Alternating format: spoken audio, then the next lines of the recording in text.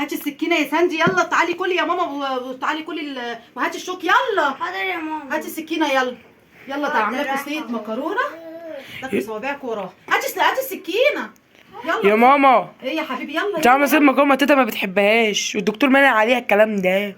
يا حبيبي طب ما انا اعمل ايه طيب؟ ما هو انا ابوك جابها فجأة وبعدين انا كنت طول النهار صايمه مش قادره اعمل اكل، فانا عامله مكرونه بالبشاميل اللي هي مش عارفه بقى، مش عارفه اجيب لها بقى حته جبنه ولا حاجه من السحور بتاع امبارح. يعني انتوا عازمينها عشان تجيبوا لها جبنه؟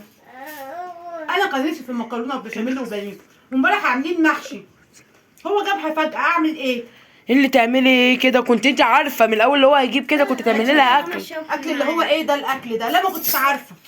اعملي لها شوربه خضاره. انا قادره، ده انا عملت دول بالعافيه، ده انا كنت صايمه. خلاص بقى تاكل اي حاجه النهارده وربنا يسهل، ربنا يسهل ابقى اعوضها بكره ان شاء الله، ابقى اعمل لها شويه لسان عصفور ولا حاجه.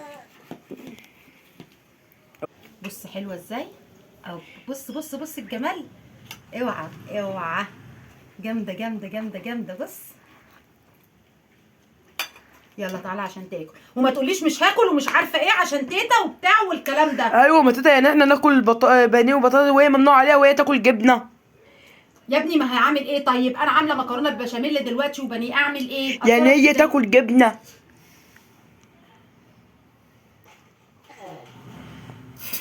الله حلوه قوي يا جماعه. ايه ده بتعمل نفسك مش واخده بالك؟